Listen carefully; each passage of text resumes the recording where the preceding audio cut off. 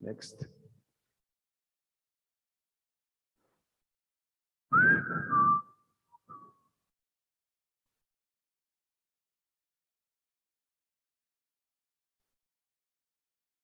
Miren acá, porque mi interés es que lleguemos a los trastornos del neurodesarrollo y les tengo unos videos muy interesantes de personas reales con esos diferentes trastornos.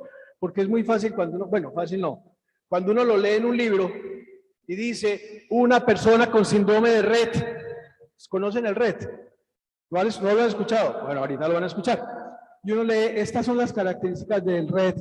O una persona con Tourette, estas son las características a cuando lo vemos en la realidad. Entonces, aquí hay unos videos que espero eso sí nos funcionen, para que ustedes vean cómo funciona. Pero antes de eso, el nivel de inteligencia.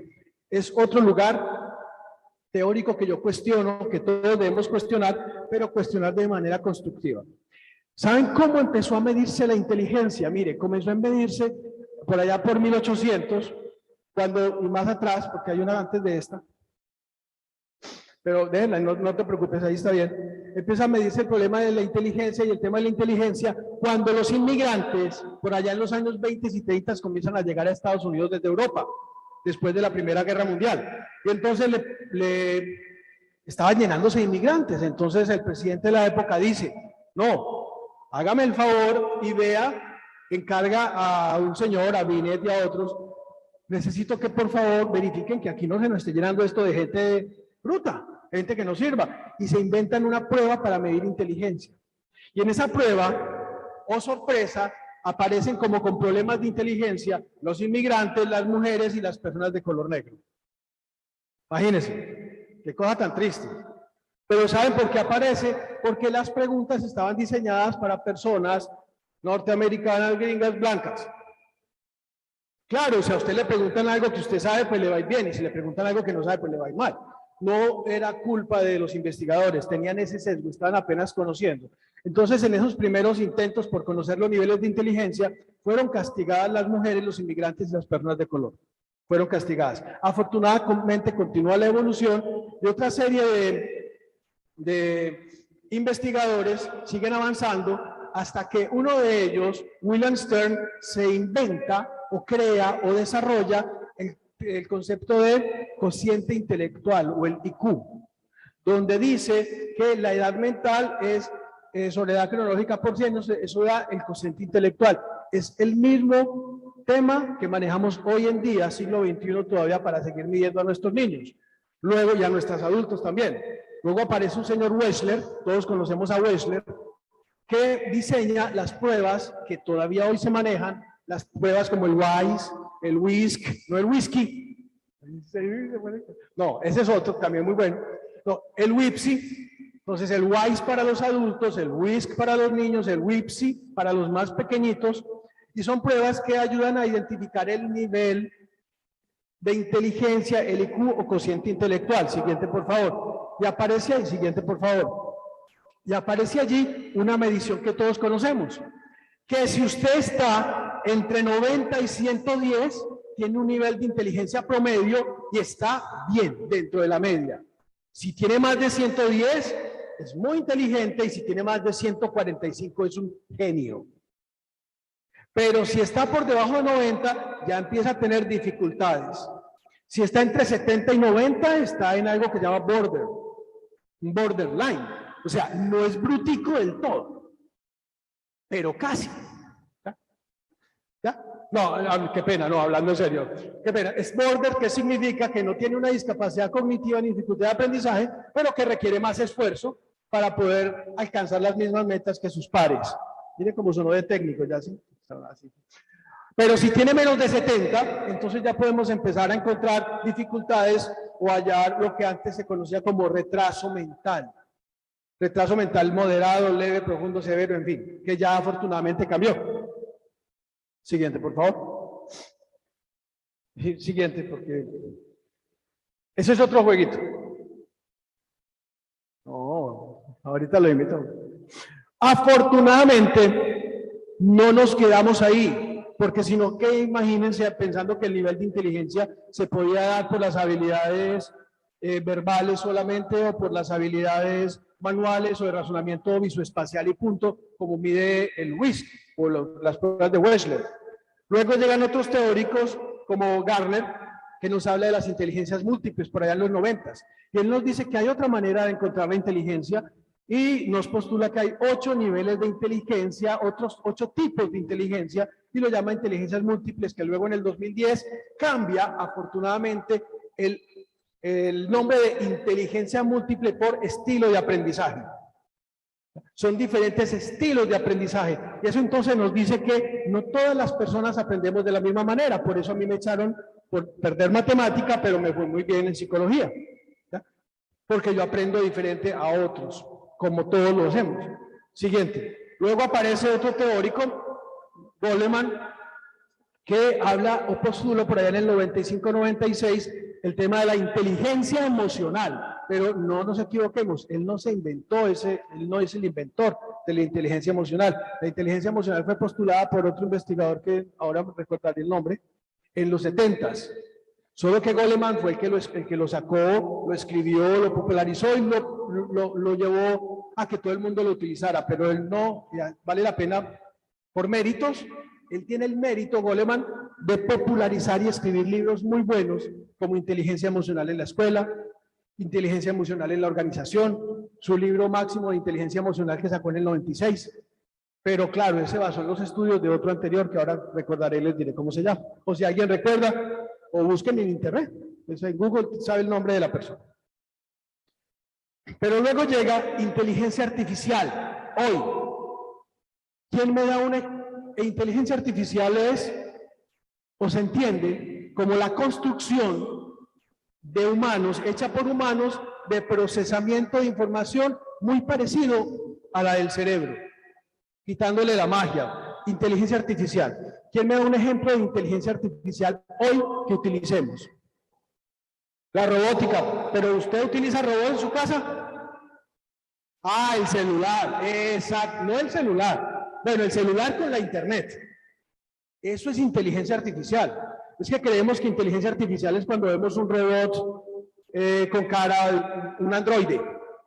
Un androide es inteligente, pero es que Netflix es inteligencia artificial. Google es inteligencia artificial. Facebook, y además ahora con el metaverso, es inteligencia artificial. Claro que también están los sexbots, que se lo mencionó la otra, ¿conocen los sexbots? $5,000 cada una o cada uno. Ya hay para arriba. Sexbot. Son androides con cuerpo humano, hechos como seres humanos, hasta les ponen piel, les calientan la piel para que parezca de verdad, y son capaces de interactuar con ustedes, son capaces de levantar, hasta de hablar, contar chistes, y hacen otras cosas diferentes también, que muy interesantes.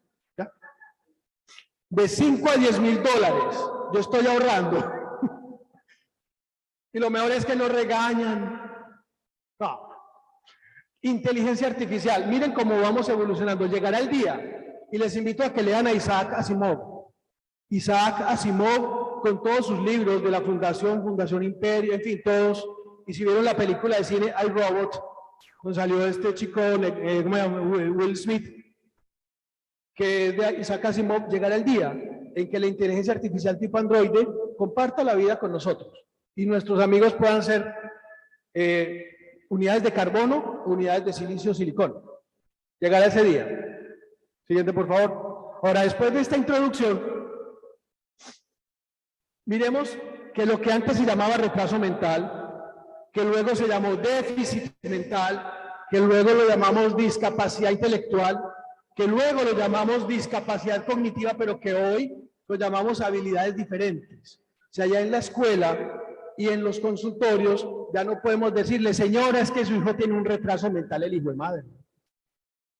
Dígale eso, la que vea. Pues la demanda, y además, pues la señora sale y se pega un tiro, ¿no?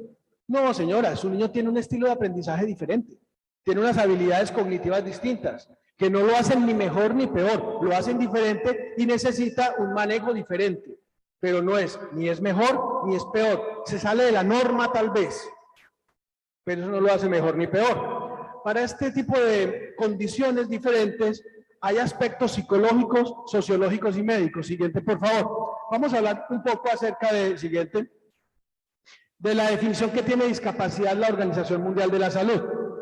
La OMS, en su, el 22 de mayo del 2001, que es la última definición que tiene,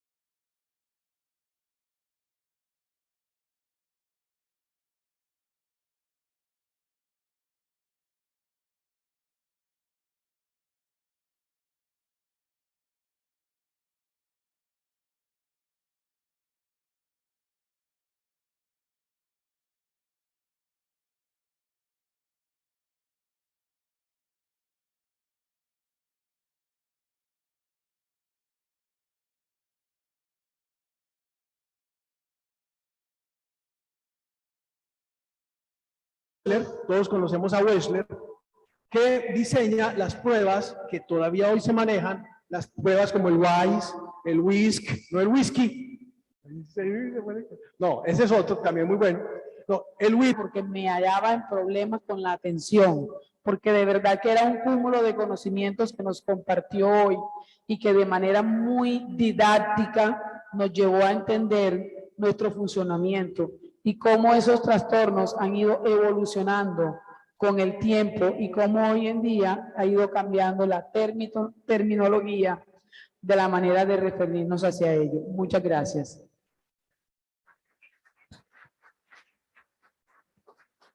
Vamos ahora con el espacio de las preguntas y para ello contamos con 10 minutos. Muy bien, la primera. ¿Cómo se debe educar a los docentes para que hagan de su aula un espacio más incluyente? ¿Cómo se debe educar? ¿Cómo se debe educar a los docentes? Bueno, yo creo, obvio voy a hablar desde mi percepción, y yo creo que ser docente, ser maestro, ser educador, ser profesor, primero que todo debe ser una competencia. Y si hablamos de competencias o del modelo de competencias, competencia docente, hay 3 puntos, que es elementos del ser, del saber y del hacer. El saber, lo primero, para responder, primero que todo, el docente, el maestro, me gusta más la palabra maestro, aunque sabemos que la palabra docente fue implementada y discente por Paulo Freire, ¿no? Eso lo manejamos como si fuera todos los días, pero no apenas tiene como 60 años de haber sido inventado.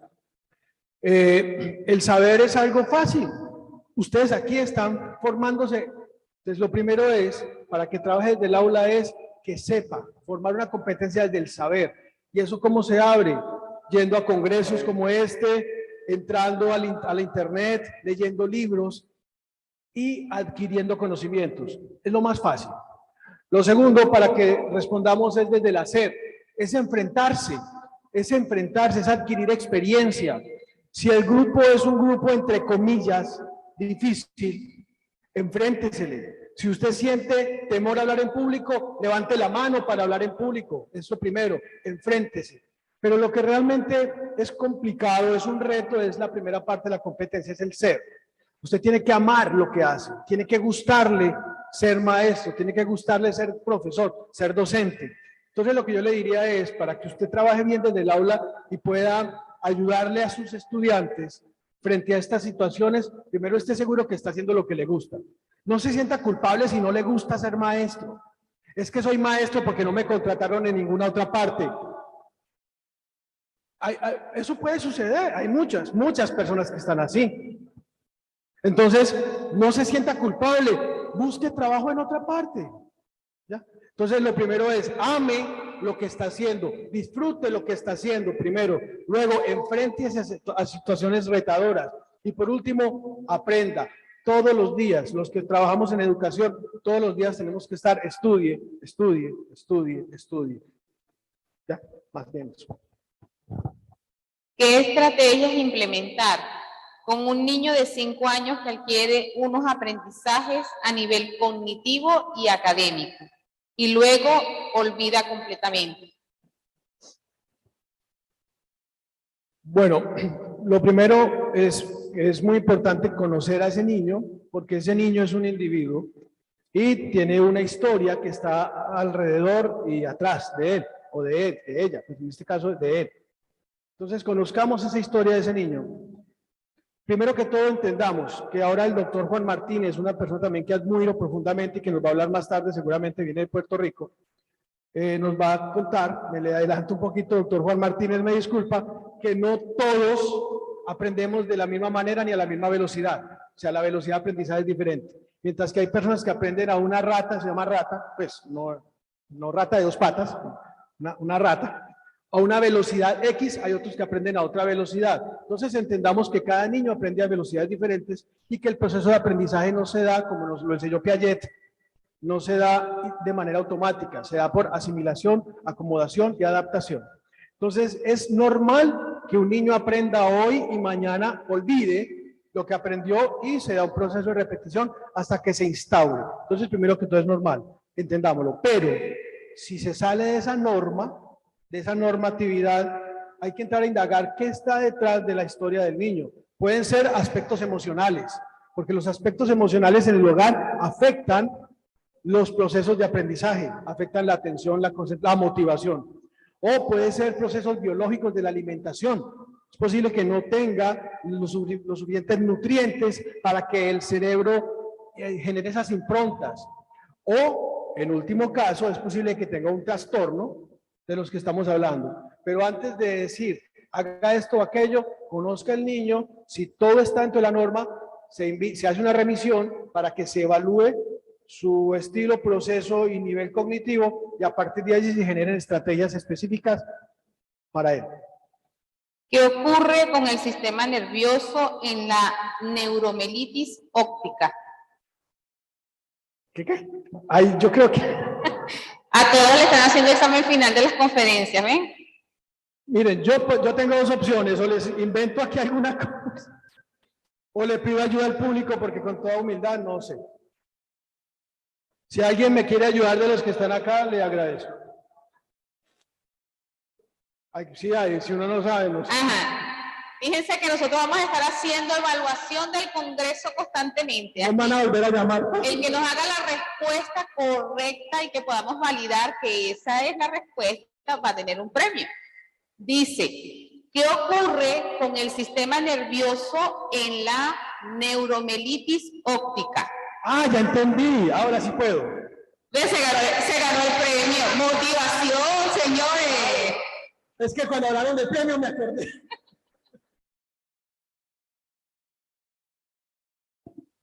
Ya, miren, es que ya, eso es una enfermedad desmielinizante. Desmielinizante, ya, es que no había... Desmielinizante. Todas las neuronas tienen axón. Y el axón está recubierto por mielina, y la mielina tiene la función importantísima de generar ese movimiento, eso que llamamos la conducción sináptica. Cuando las neuronas visuales que conectan la retina y viajan por el nervio óptico hacia el lóbulo occipital tienen pérdida de la mielina, pueden presentarse dos situaciones, puede presentarse una situación, y es que la información visual no llegue parcial o llegue distorsionada. Entonces es una situación que no tiene que ver con la parte central del lóbulo occipital de interpretación de lo que está viendo, sino que tiene que ver con la conducción. Cuando la patología que se presenta es ese trastorno desmielinizante de vía óptica, se puede generar o se puede, digamos que el manejo médico, porque tiene que ser manejo médico, ahí no hay manejo psicológico. Manejo médico puede darse por algún tipo de medicamentos, no me pregunte cuáles, porque hasta ahí no sé, que pueden promover la activación de las células de Schwann para producir mielina. Si no fuera un problema desmielinizante, sino que fuera un problema central, un trastorno central, estaríamos hablando de una alteración a nivel del lóbulo occipital y ahí la recuperación sería mucho más complicada. Me gané el premio. Vamos a hacer las preguntas. Ajá.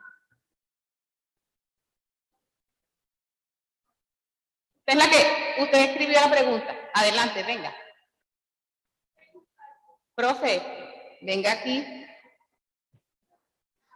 Vamos a darle un aplauso para que se anime a venir aquí. Cuando la asistente termine su pregunta, nos vamos a ir a hacer las preguntas que tenemos también de la audiencia en Zoom. Vale, gracias.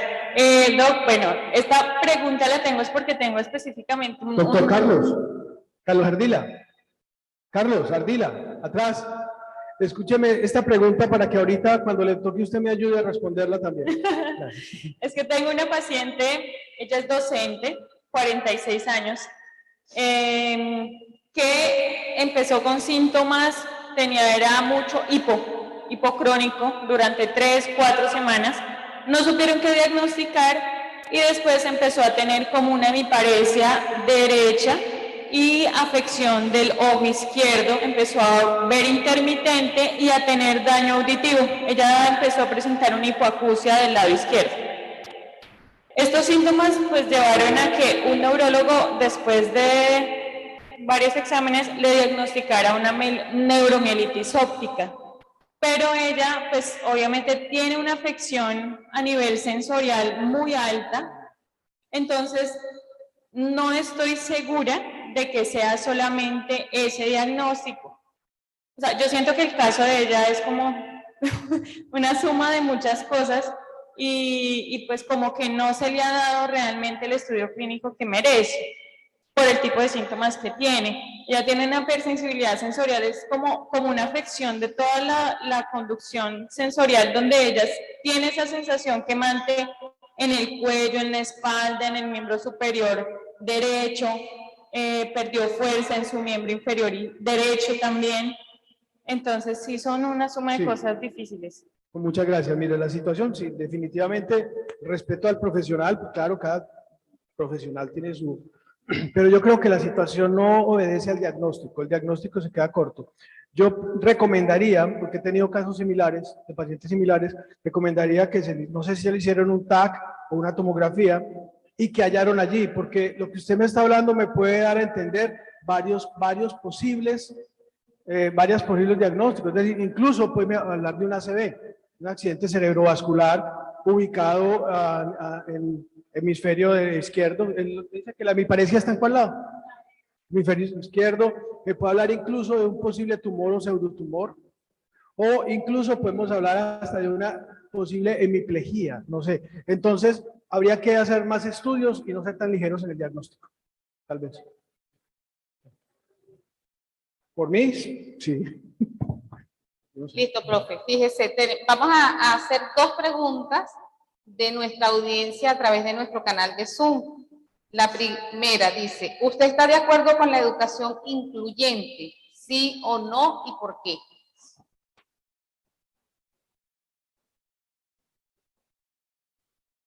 Esta pregunta es como para candidato, ¿no? Como para candidato.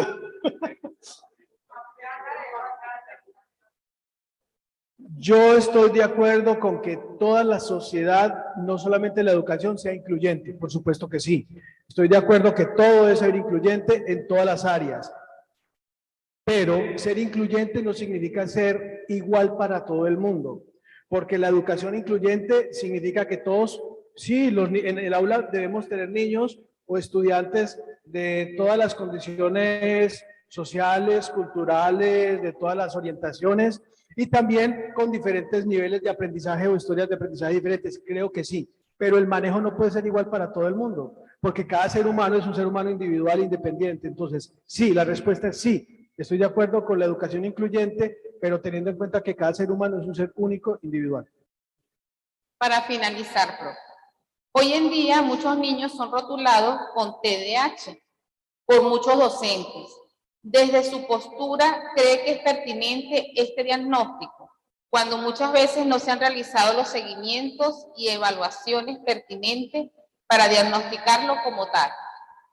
El trastorno de déficit atencional con hiperactividad o sin hiperactividad, porque hay TDA y hay TDAH, debe ser dado con muchísimo cuidado y después de hacer una serie de evaluaciones. ¿Por qué? Porque el TDA, o lo que voy a decir, la hiperactividad, hablando como menciona